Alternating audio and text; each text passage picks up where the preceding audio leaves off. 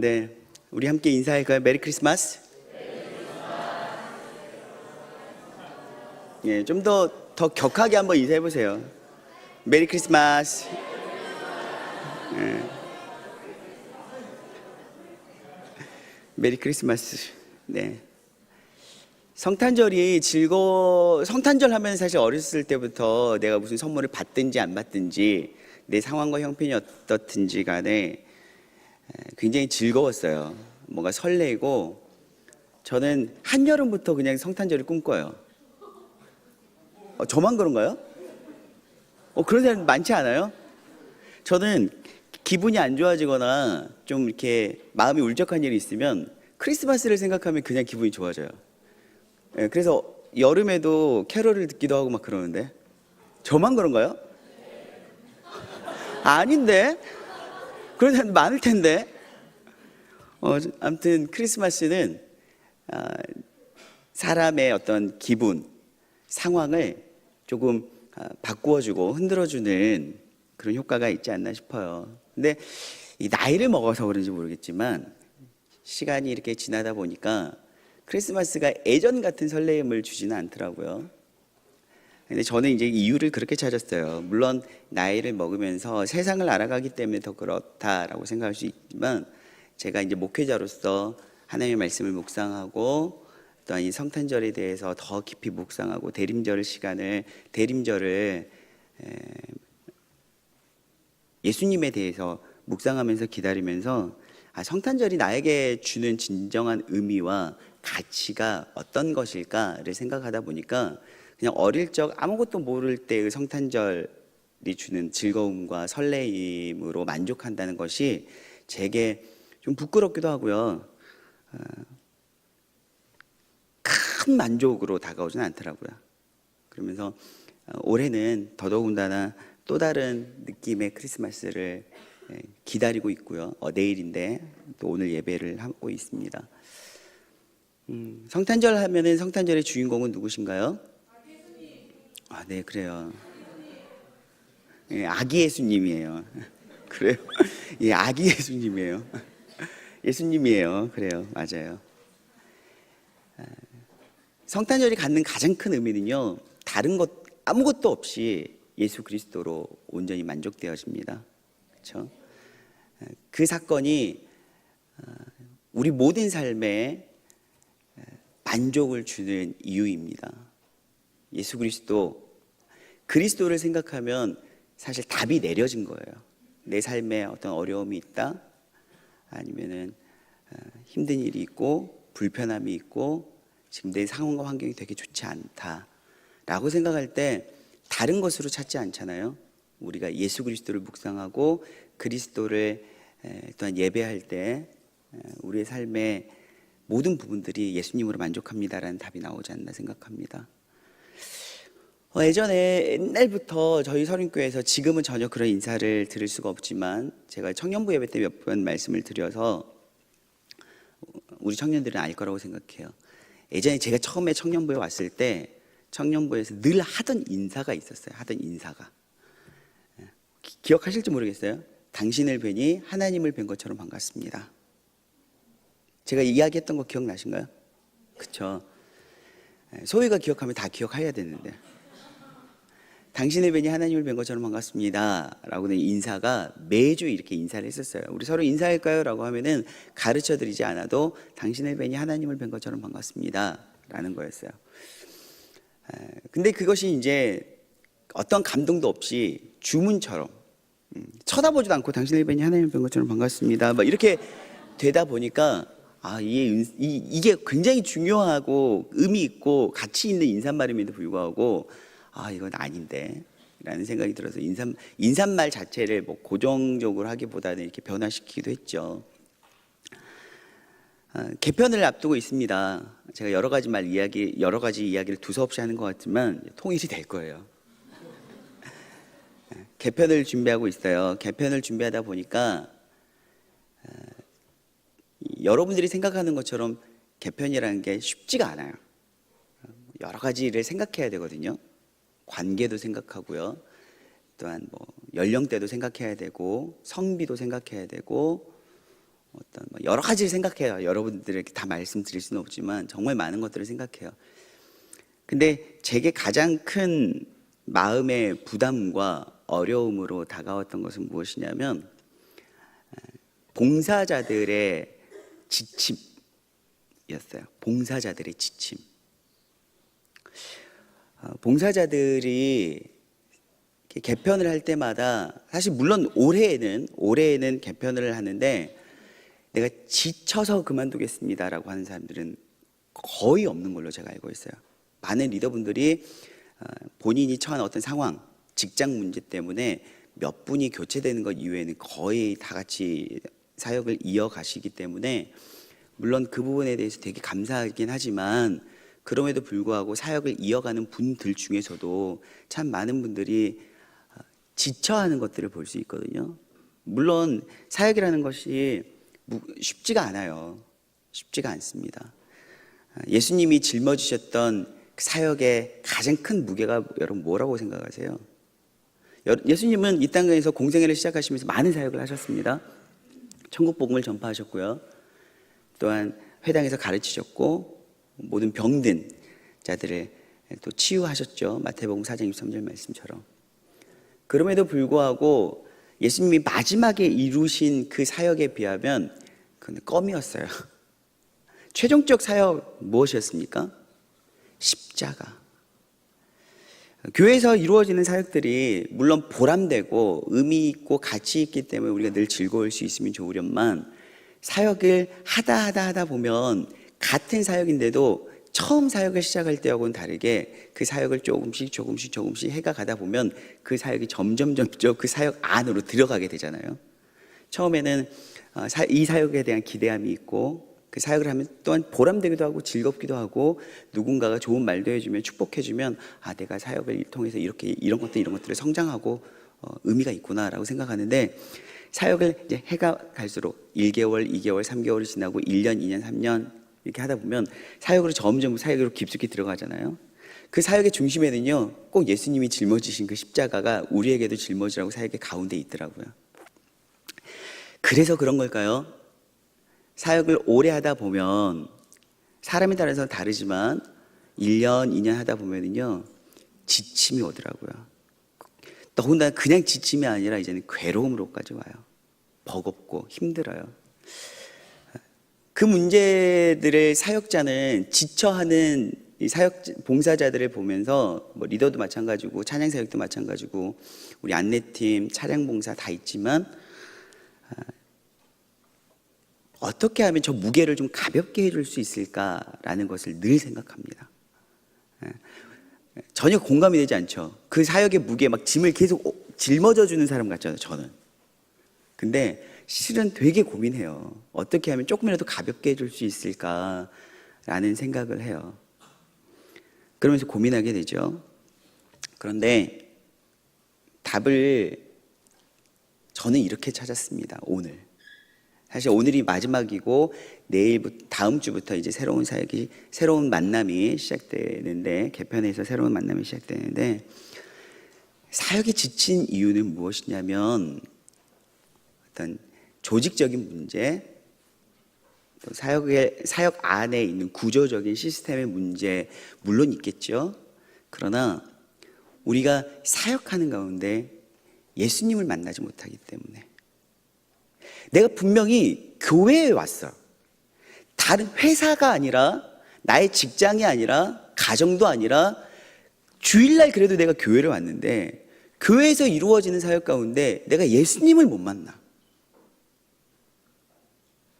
사실 저는 사역의 지침의 원인을요 우리가 예수님을 만나지 못하기 때문에 라는 것으로 오늘 설교를 준비하면서 그렇게 결론을 내렸습니다.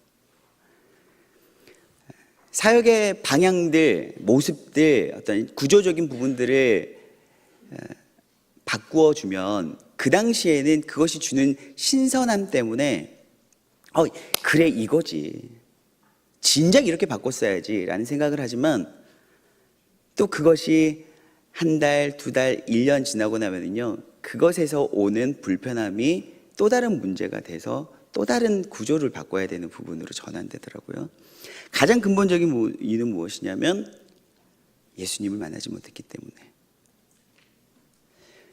제가 처음에 인사말 이야기를 했죠. 하나님을 뵌 것처럼 반갑습니다. 맞습니다. 우리가 내가 만나는 교회에서 지금 여러분들 옆자리에 계신 분들을 통해서 하나님을 만나면요, 반가움이 생겨요. 여러분, 반가움이란 감정은 무겁고 울적한 감정인가요? 아니에요. 너무너무 좋은 감정이에요. 그 만남이라는 것은요, 내 삶에 굉장히 힘들고 어려운 일이 있을 때 정말 사랑하는 사람, 반가운 사람과의 만남은요, 내 삶을 리프레시 시켜요. 근데 우리가 날마다 교회에 오고 교회에서 사역하지만 예수님을 만나지 못해요. 더군다나 목사라는 저를 통해서도 예수님이 보이지 않아. 여러분들이 볼 때. 목사님, 세몬들 아니면 같은 동역자들은 그래요. 그럴 수 있어요. 연약하니까. 근데 목사님을 보면 예수님을 좀 만나고 느끼고 싶은데 목사님에게 전혀 예수님의 모습을 느낄 수가 없어요. 여러분들의 마음의 소리를 제가 지금 대신 입으로 번역해 드리는 거예요. 저도 알고 있으니까. 예수님을 만나지 못하기 때문에 늘 지쳐요.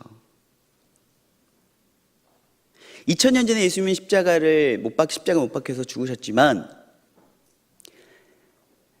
부활하시고 승천하신 예수님께서는 우리에게 성령을 보내주셨고 우리가 지치고 힘들고 어려울 때마다 우리의 무거운 짐을 대신 짊어져 주시는 분이시거든요. 그렇기에 교회에 나와서 예수님을 만나면 늘 나의 무거운 짐, 한 주간 동안 세상에서의 무거운 짐뿐만이 아니라 교회에서 주를 위해 하는 사역 가운데 지쳤던 짐들까지도 결국엔 주님이 짊어져 주시는데 우리가 주님을 만나지 못한다는 거죠. 그래서 저는 혹시 오늘 설교 제목 띄워주셨었나요?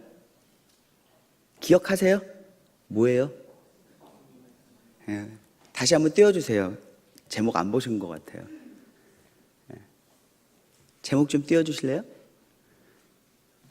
제가 이야기할까요?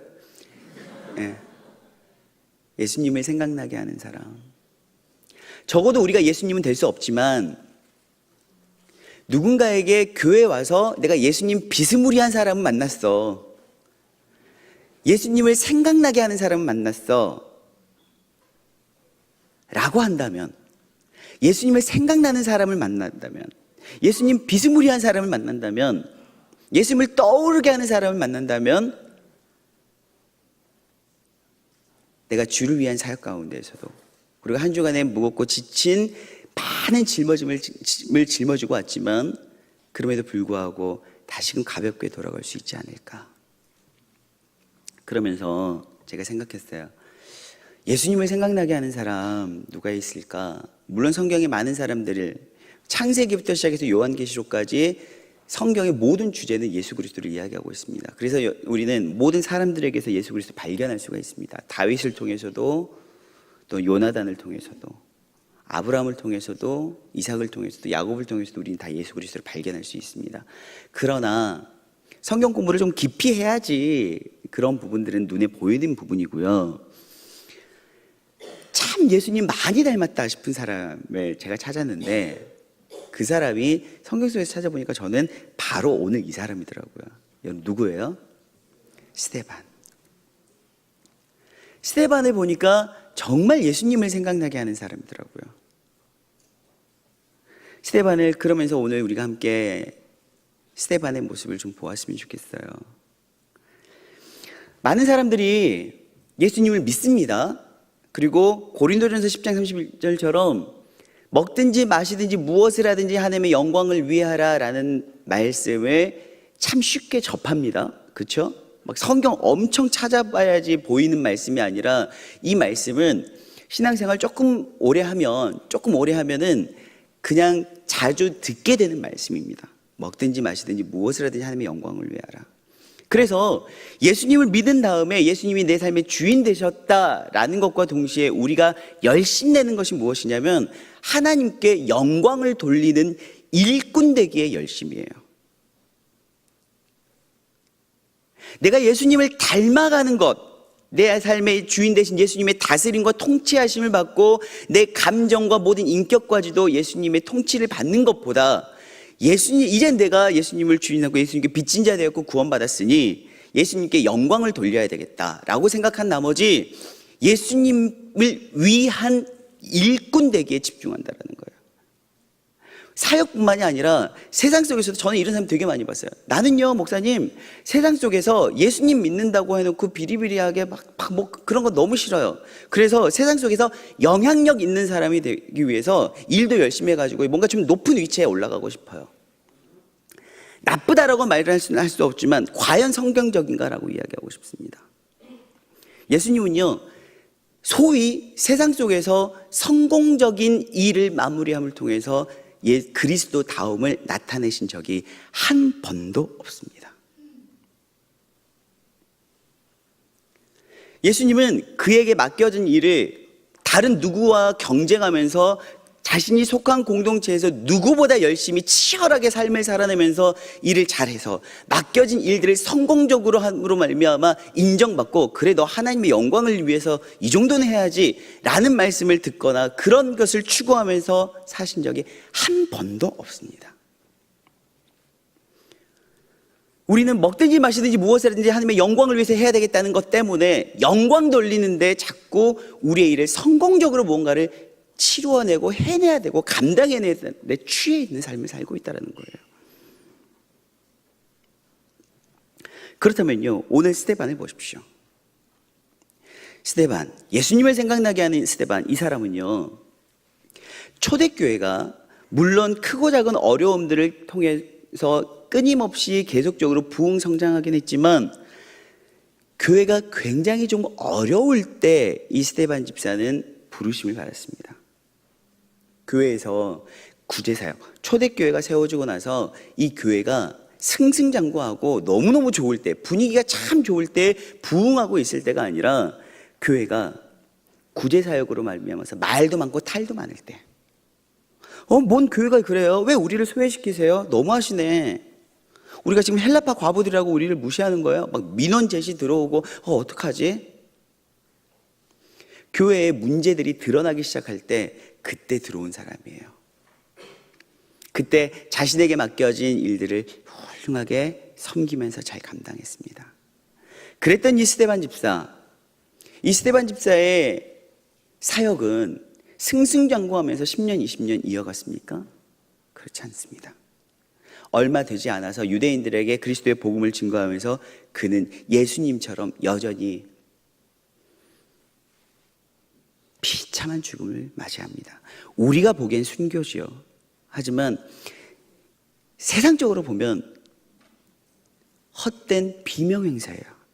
길거리에서 돌팔매 맞아 죽은 실패자였단 말입니다. 하지만 그의 실패를 통해서 하나님은 영광 받으셨어요. 그의 죽음을 통해서 하나님은 영광 받으셨어요. 굳이 이렇게 하지 않고 좀 피해서 말을 지혜롭게 해서 그들의 감정 상하지 않게 얼마든지 해도 좀 이렇게 능력 있는 신실한 초대교회 일꾼이 오래도록 교회에서 사역을 감당해주면 얼마나 좋겠습니까? 근데 우회할 줄 모르는 사람이에요. 그리스도의 복음 앞에는 오직 직진밖에 모르는 이 스데반 집사, 자기 성향대로 하다가 죽어요.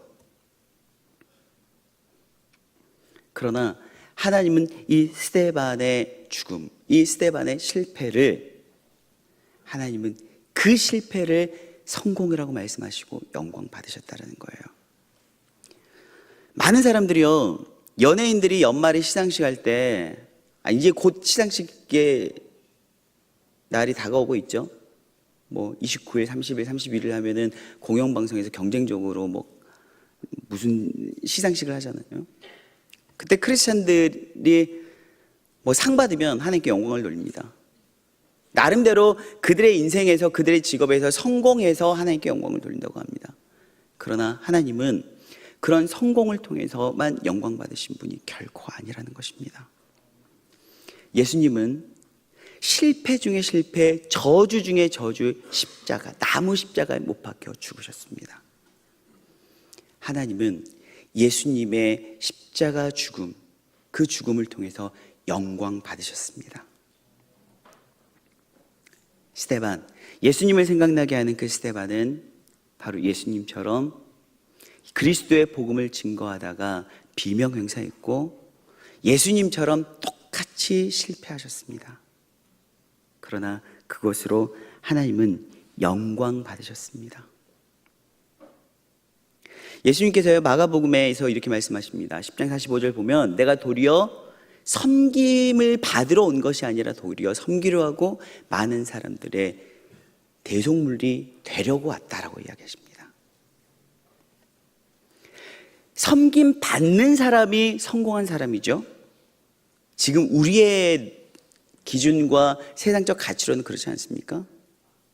그러나 예수님은요, 섬김을 하려고 오셨다고 했습니다. 많은 사람들이 승진의 기회가 와요. 그러면 승진을 못해서 안달이죠. 조금 더 높은 자리로 가기 위해서 안달입니다. 그러나 예수님은 높아지려고 노력한 적이 없습니다. 조금 더 높아져서 하나님께 영광 받으려고 하신 적이 한 번도 없습니다. 그의 하나님을 향한 영광은 낮아짐이었고 결국 그 낮아짐의 최고치인 십자가에서 낮아짐은 귀결되었습니다.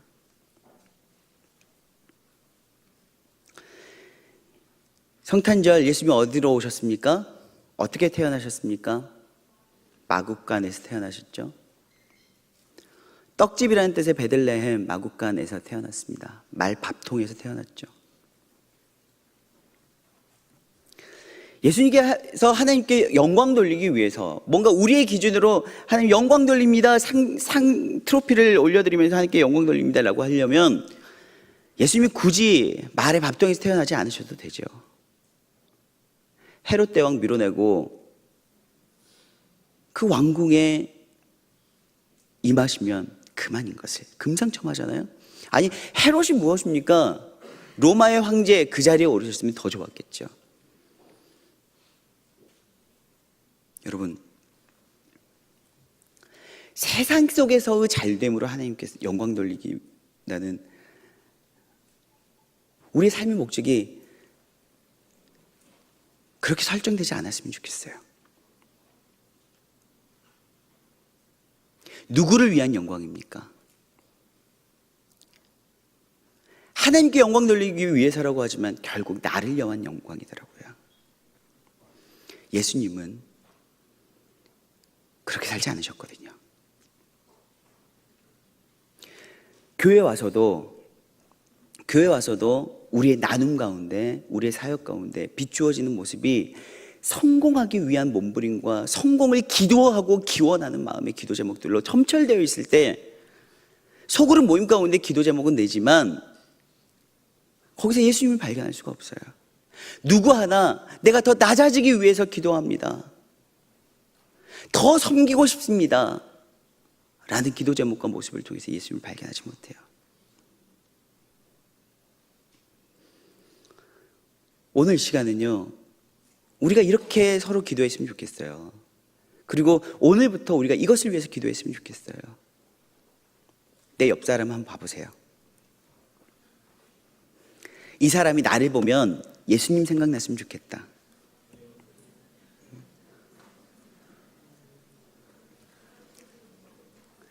그러다 보니까요, 교회에서도 동일한 현상이 일어나요. 세상 속에서 직업도 일이고 교회에서의 사역도 결국 일이거든요. 영어로 똑같아요. work. 교회에서 일을 하고 세상 속에서도 일을 하다 보니까 인정받는 사람이 누구냐면 일 잘하는 사람이 인정받아요. 세상 속에서 인정받는 사람과 교회에서 인정받는 사람이 동일한 가치, 동일한 기준이다라는 거예요.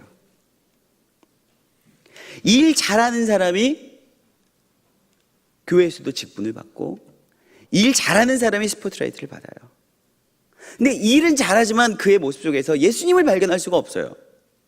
그렇기 때문에 그와 함께 일하면서 지쳐가요.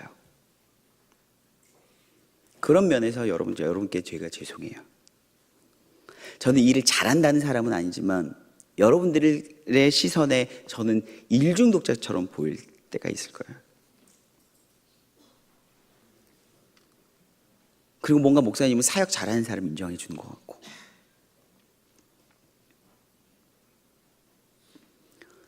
여러분, 무언가를 성공적으로 하기 때문에 하나님께 영광 돌린다. 그리고 하나님께서 영광 받으실 것이다. 세상에서의 기준이 여전히 교회에서도 그 기준으로 동일하게 적용될 때 우리는 교회에서 예수님을 발견하지 못해요. 그러다 보니 함께 그 일을 하면서 지쳐가요. 누구 하나 나의 무거운 짐을 받아주지 않거든요. 두 번째, 오늘 스데반을 보았으면 좋겠습니다. 55절을 함께 읽을까요? 시작.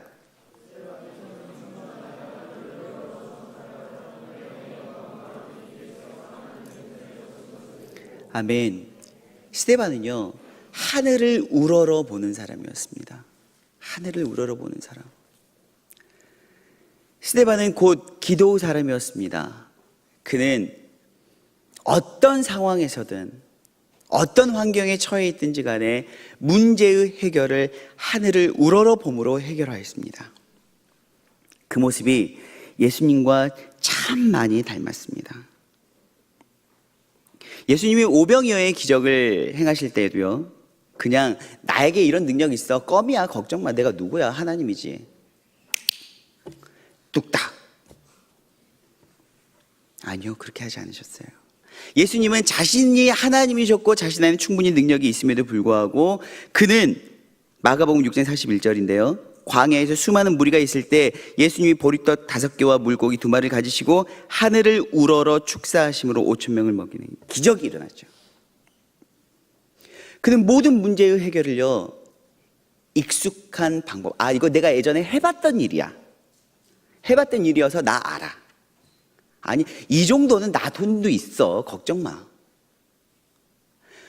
자신에게 있는 물질, 능력, 지식, 지혜로 이 모든 일들을 해결하지 않았다는 거예요.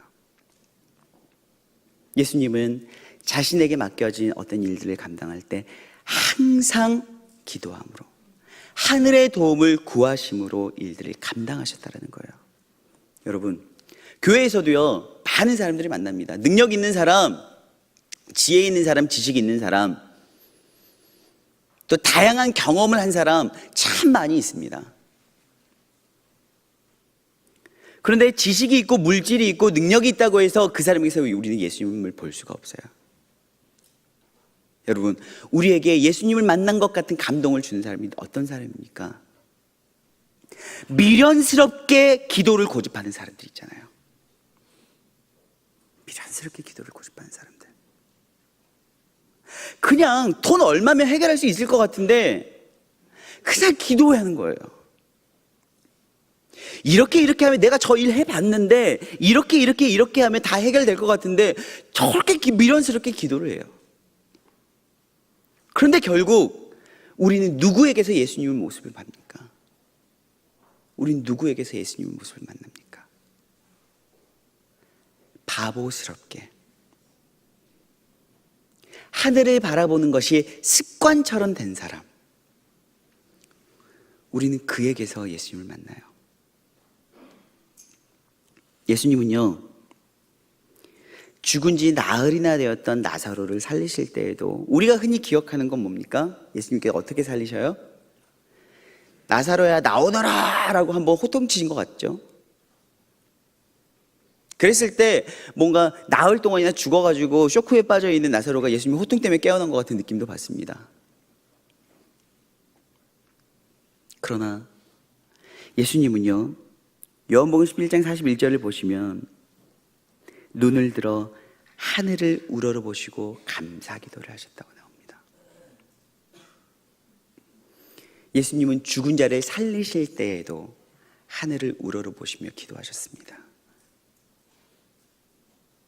내게 능력이 없어서가 아니라 하늘의 능력으로 이 일들을 감당하셨다는 거예요. 그런데 교회에서 주의 일을 하면서 우리는 하늘을 바라보지 않아요. 내가 몇 년째 수련회 진행팀 해봤어. 내가 몇 년째 르네상스도 해봤어. 내가 몇 년째 안내팀도 해봤어. 몇 년째 차량 봉사도 해봤어. 몇 년째 샘지기도 해봤어. 몇 년째 한영호 사랑지도 해봤어. 이렇게 하면 돼. 짜여진 매뉴얼. 하늘을 우러러보기보다 이미 짜여진 매뉴얼을 더 의존하는 게 지금 현재 교회의 사역이 되어버렸어요. 그러니 예수님 만날 수가 없어요. 예수님을 만나면 좀 새 힘이 날 것 같은데, 아니 분명한데, 그것은 예수님을 만나면 새 힘이 나는 건 분명한데, 우리는 이렇게 고민해요. 왜 내가 주의 일을 하면서도 그저 지치기만 할까? 예수님을 생각나게 하는 사람이 없거든요. 여러분들에게 제가 호통치는 게 아니라 먼저 저부터 회개하는 거예요.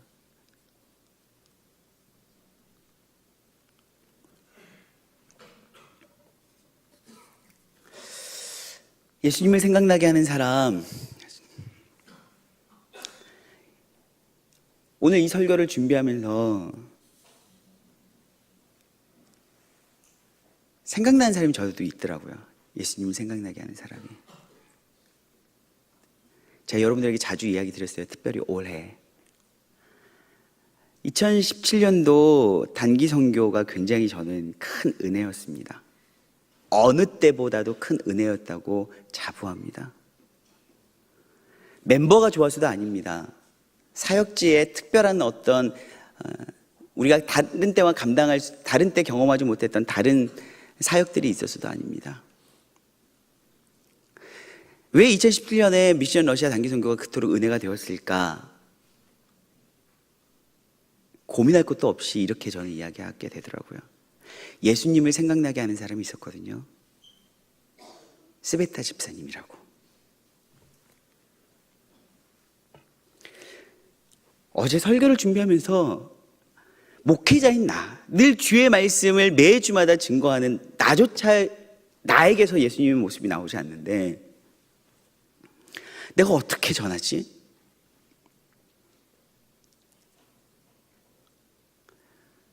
라고 했을 때 예수님을 생각나게 하는 사람이 있었고 철저하게 회개했고 그분을 여러분들에게 좀 더 이야기해드리고 싶다는 생각이 들었어요. 무릎을 쓸 수가 없는 분이세요. 무릎 자체의 연골이 완전히 다 닳아서 걷는 것 자체가 고통인 분이세요. 걷는 모습이요 정말 펭귄처럼 뒤뚱뒤뚱 하세요. 한 걸음 한 걸음 내디딜 때마다 연골이 닳아진 무릎이 부딪히면서 너무너무 통증이 있음에도 불구하고 누군가를 섬기고 누군가를 사랑하는 일에 최선을 다하신 분이세요. 근데 그분이 왜 저에게 예수님을 생각나게 했냐면 단순히 그분의 섬김의 양이 많아서가 아니에요. 그분이 빈민들을 섬겨서도 아니에요. 그 사역을 하면서 감사하고 기쁨이 넘치더라고요.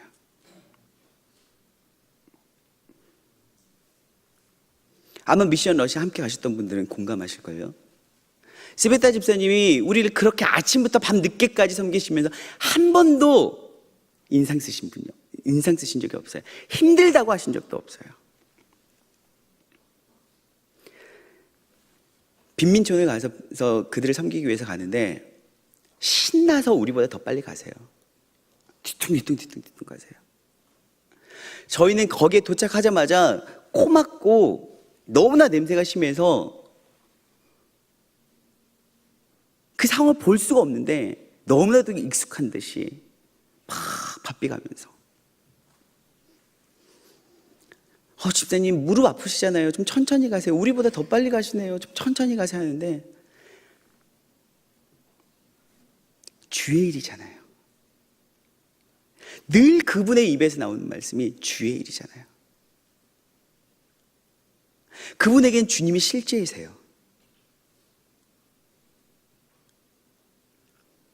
그리고 주님의 일을 하면서 기쁘시고 주님의 일을 하면서 주님의 일이기 때문에 감사하고, 내가 뭔데 이렇게 주의 일을 할 수 있을까요? 감사하고 기뻐하고 늘 주님께 영광 돌리고, 내가 무엇을 이루어서가 아니라 그 일을 한 모든 과정 가운데 하나님께 영광을 돌리더라고요. 아침에 저희가 이제 날씨가 덥고 그러니까 땀이 많이 나서 옷들을 켜켜이 쌓아놓을 거 아닙니까? 빨래도 잘 못하고 밀린 사역들이 있으니까 빨래를 잘 못해요. 아침마다 빨래를 얼른 수거해서 주라는 거예요. 한국에서 러시아에 이렇게 청년들이 왔는데 제가 이 무릎 아픈 게 무슨 대수냐고, 옷, 수건 가져가서 무릎이 아프기 때문에 무릎을 굽히지도 못하고요, 무릎 쫙 펴서 아주 불편한 자세로 허리를 굽은 채 빨래를 다 손으로 빨래를 하시는 거예요. 그리고 바싹 말려가지고 그 다음 또 갖다 주시면서, 예수님을 생각나게 하는 사람, 그분도 물론 주의 일을 한다고 감사하고 기쁨이 넘쳤지만 예수님을 생각나게 하는 사람 그 한 분만으로 선교팀 전체가요 기쁘더라고요. 감사가 되더라고요. 사역이 물론 무겁고 우리 안에서 오히려 지침이 발생되지만, 관계적인 문제, 사역의 문제로 우리 안에 지침이 발견되지만, 예수님을 생각나게 하는 그 한 사람 때문에 우리가 기경되더라고요.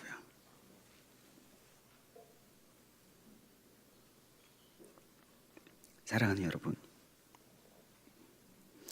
정말 소망하는 건 제가 여러분들에게 예수님을 생각나게 하는 사람이 되었으면 너무나도 좋겠고, 뿐만 아니라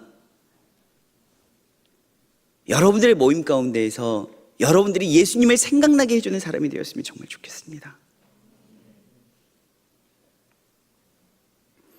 사역의 지침은 그저 일의 무게나 시스템이 아니라 예수님을 만나는 것, 우리 안에서 예수님을 생각나게 하는 사람이 있을 때 이 무거운 짐이 덜어질 줄 믿습니다. 마지막으로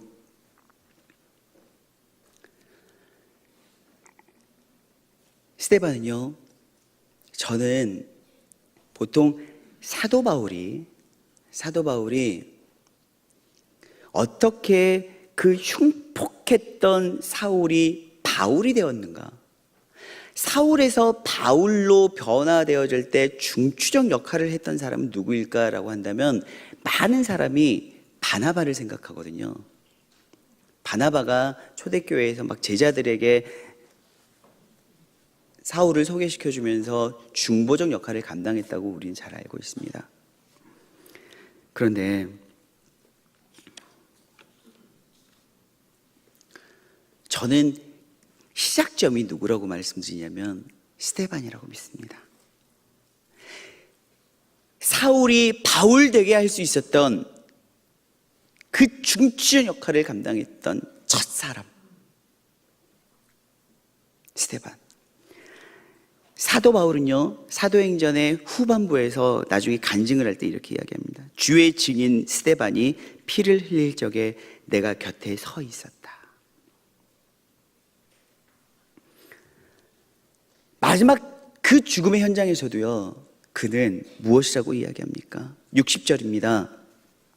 59절부터 읽겠습니다. 그들이 돌로 스데반을 치니 스데반이 부르짖어 이르되 주 예수여 내 영혼을 받으시옵소서 하고 무릎을 꿇고 크게 불러 이르되 주여 이 죄를 그들에게 돌리지 마옵소서, 이 말을 하고 자니라. 아멘. 스데반은요, 마지막 죽는 모습이 너무나도 예수님하고 똑같았어요. 예수님을 몰랐을 때 사울은 스데반의 죽음을 보면서 스데반을 돌로 쳐 죽이면서 마지막까지 그 죽음의 현장에 있었거든요. 그 죽음을 주도했던 인물이 사울이었거든요. 그 당시에 예수님을 몰랐을 때에는 아마도 스데반의 죽음이 저런 미친놈, 저런 예수의 환장한 놈, 너가 그러니까 내 손에 죽지 라고 했을 거예요. 근데 그가 다메섹 도상에서 예수를 만난 후 그의 인생이 변화되었잖아요. 그리고 그 스데반은 자기가 예전에 과거에 잘못해서 그냥 죽여버렸던 그 한 사람으로 끝나지 않고 계속적으로 그의 간증이 등장하는 거예요. 예수님처럼 죽었던 사람, 예수님을 참 많이 닮았던 사람, 마지막 죽는 모습까지도 예수님을 떠올리게 했었던 사람, 스데반.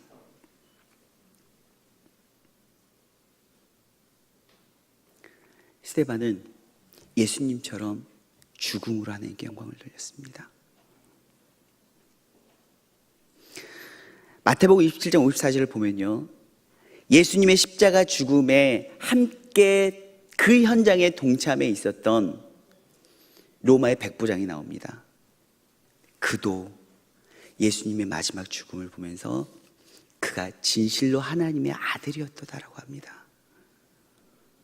여러분, 우리의 삶의 마지막, 궁극의 고난에 대처하는 우리의 삶의 모습은요, 우리의 정체성을 여실히 드러내줍니다.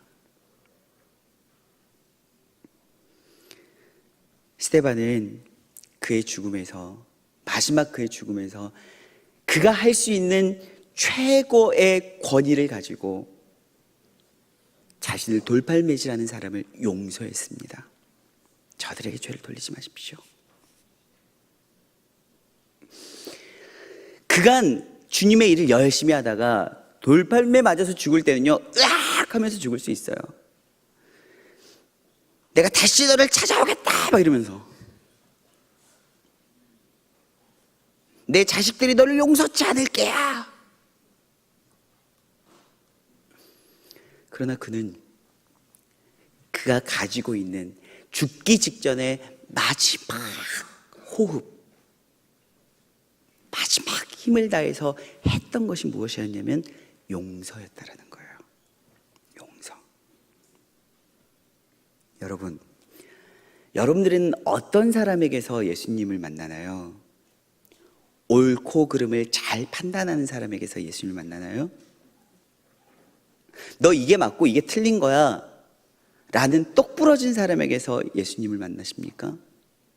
아니면 일을 잘 처리해내는 일꾼에게서 예수님을 만나십니까? 아마 말하지 않아도 여러분과 저하고 똑같을걸요? 자기가 죽을 만큼 마음이 불편하고 어렵지만 용서해주는 사람,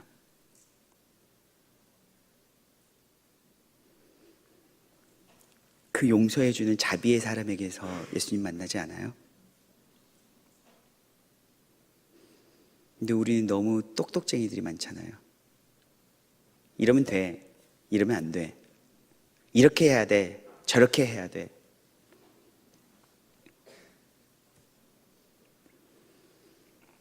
용서의 사람, 언제까지 용서해요? 죽기까지.